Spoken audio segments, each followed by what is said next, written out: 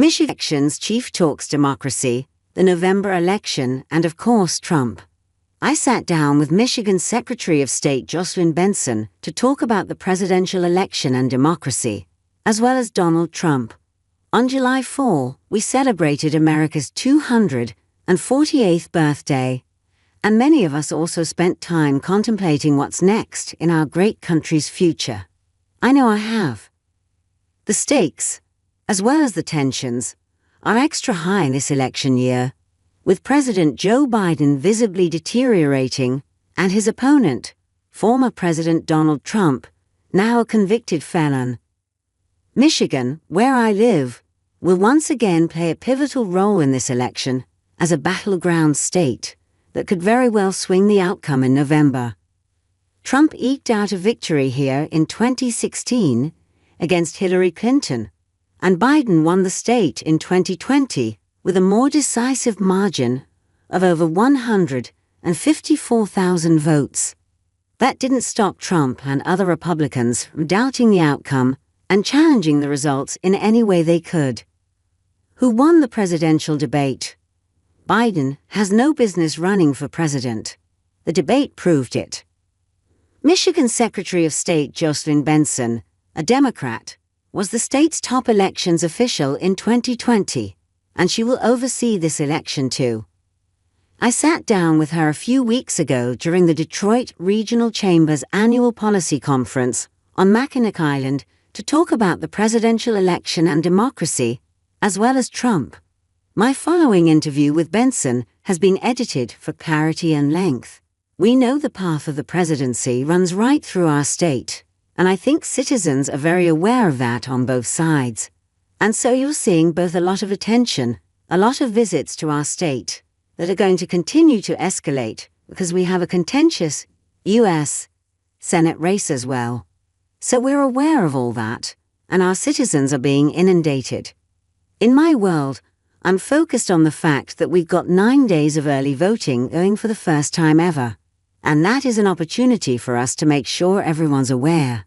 How about with absentee voting? Do you feel voters are getting more accustomed to that? It seems to be less of an attack point than it was in 2020. Again, higher familiarity and trust in it than we had before. We also have implemented a statewide system to track absentee ballots on our website that we hope gives citizens more confidence than they've had.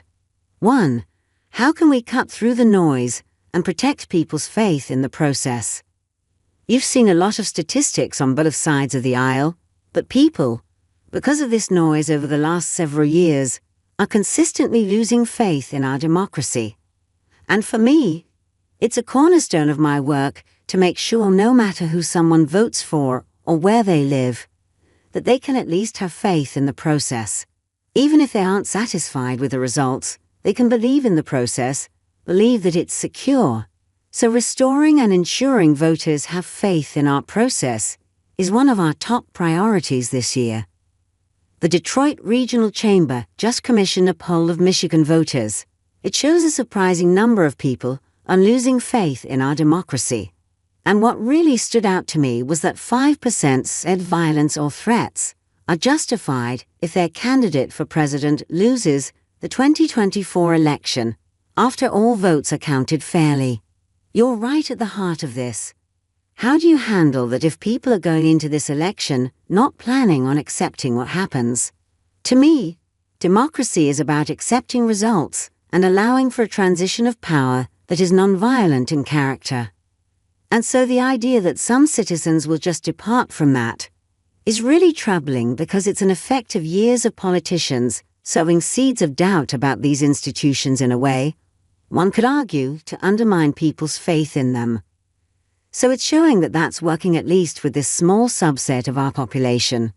I'm concerned no matter who wins, there's going to be tremendous pushback. It's going to be up to our elected officials on both sides of the aisle and our leaders of other institutions like business leaders, like educational leaders, and others with influence and a platform to remind us who we're supposed to be as Americans, right? And recognize that if we allow division to bring us down, we all sink. And we've lost a lot of those voices. I think we've got to create more space for that, so that we can reclaim the beauty of what our democracy is supposed to be, a bipartisan collaboration